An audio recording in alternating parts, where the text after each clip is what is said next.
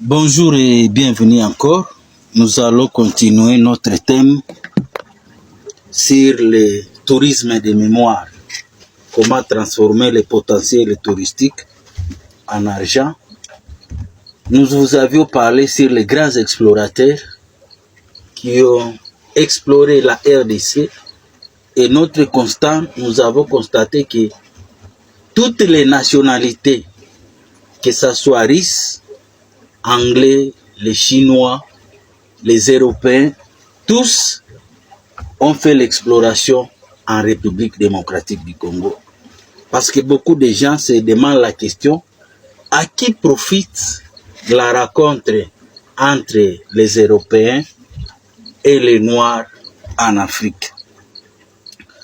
Nous avons expliqué les explorateurs qui sont venus avant que Stanley fait la descente du continent mystérieux. Lorsqu'il est arrivé au lac Tanganyika, il est arrivé à Nyangwe, il a fait le fleuve Congo pour sortir à l'océan Atlantique.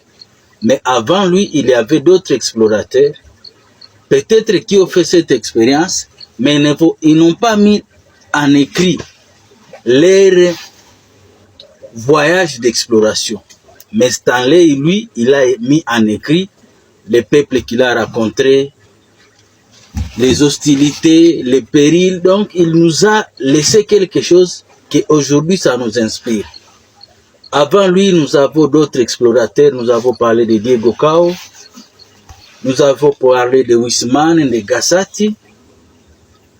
Mais après la descente du continent mystérieux, il y a eu d'autres explorateurs qui ont exploré la République démocratique du Congo.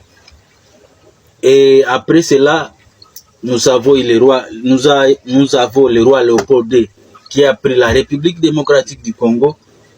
À son époque, c'était l'État indépendant du Congo que nous profitons aujourd'hui.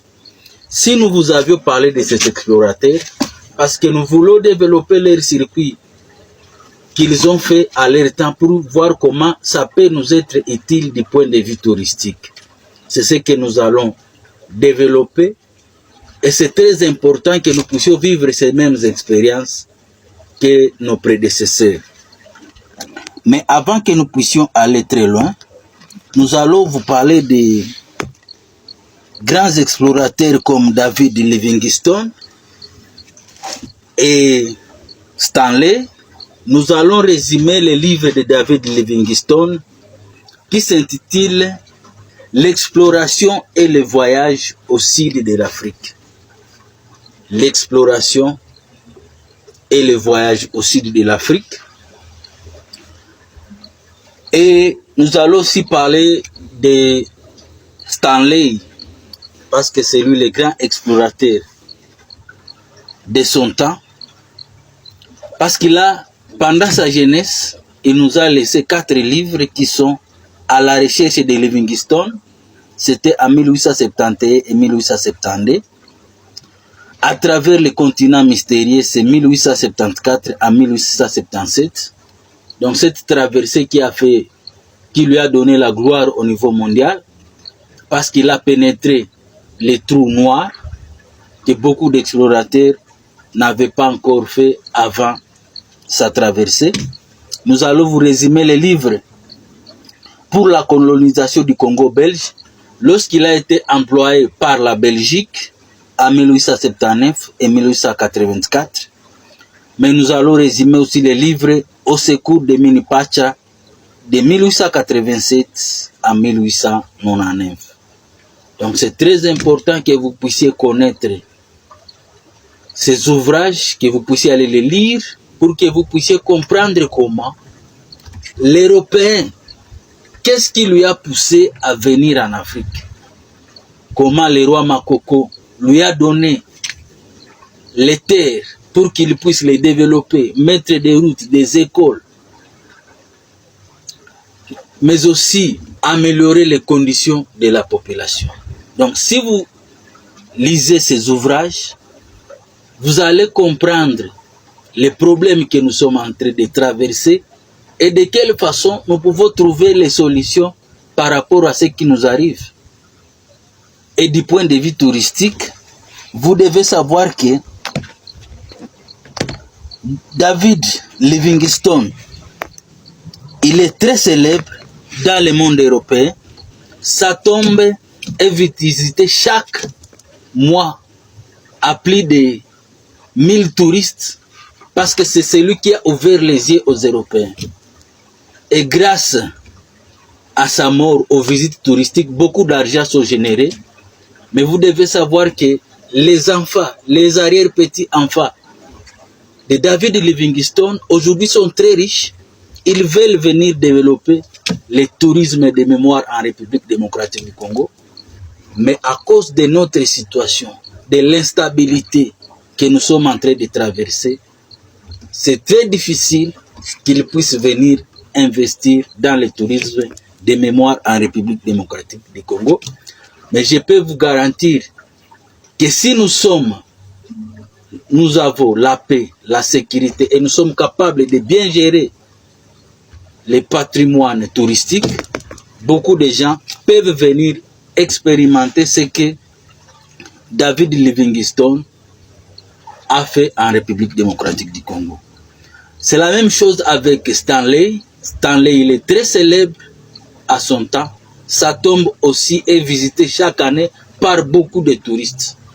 Et beaucoup de touristes veulent expérimenter la même chose que Stanley a fait en Afrique, la traversée du continent mystérieux. Imaginez si nous pouvons prendre des touristes à partir du lac Kivu. Ils traversent Ruzizi, la rivière Ruzizi, en canot pour arriver au lac Tanganyika. Du lac Tanganyika, ils arrivent dans la rivière Lukuga pour arriver au fleuve Congo. Du fleuve Congo, on remonte jusqu'à l'océan Atlantique. Combien d'argent nous pouvons générer grâce seulement à ces circuits touristiques qui se trouvent en République démocratique du Congo. Vous devez savoir que Stanley aussi, il a écrit de manière exacte la position du lac Albert, du lac Édouard, mais aussi la rivière Semoulik. Imaginez des randonnées que nous pouvons développer sur le lac Édouard, lac Albert et la rivière Semoulik. C'est celui qui nous a parlé aussi sur les Rwenzori. Actuellement, on ne développe pas le tourisme au niveau du Rwenzori, mais le grand explorateur de son temps nous a parlé de la montagne du Rwenzori. Vous devez savoir que Stanley aussi, il nous a parlé de Aruini. Donc, ce sont des circuits touristiques que nous pouvons développer et cela peut nous générer beaucoup d'argent. Donc, c'est ça ce que nous allons parler de David Livingstone, les ouvrages qu'ils nous ont laissés et comment ces ouvrages peuvent être à notre bénéfice. Nous allons vous rappeler nos principes touristiques que nous sommes en train de vous dire, qu'il n'y a pas de territoire touristique, ce sont les hommes qui en font touristique. C'est le tourisme qui paie la conservation et sans les touristes, il n'y a pas de tourisme. En République démocratique du Congo, nous avons des parcs, nous avons des réserves, nous avons des réserves communautaires. Malheureusement, nous avons des difficultés à les gérer. Les personnels qui ont des difficultés à nouer le début du mois. C'est parce que nous ne savons pas pratiquer le principe que c'est le tourisme qui paie la conservation. Nous sommes en train de vous dire qu'avoir des potentiels touristiques ne fait pas de nous une destination touristique. C'est pourquoi nous sommes en train de vous dire que la RDC a des potentiels énormes, mais beaucoup de gens vivent dans la pauvreté.